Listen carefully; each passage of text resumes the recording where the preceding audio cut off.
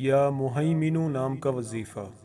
بعد غسل 2 رکعت نفل پڑھ کر سچے دل سے جو شخص یہ اسم ایک مرتبہ پڑھے، اللہ تبارک و تعالی اس کا ظاہر و باطن پاک فرما دے گے۔ اور جو شخص 115 مرتبہ اس اسم کا ورد کرے تو انشاءاللہ تعالی پوشیدہ چیزوں پر مطلع ہوگا۔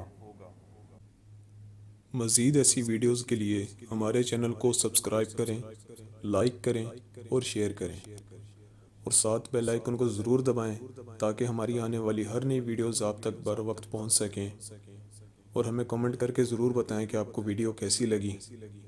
آپ ہمیں فیس بک اور انسٹاگرام پر بھی فالو کر سکتے ہیں، لنکس ڈسکرپشن میں ہیں۔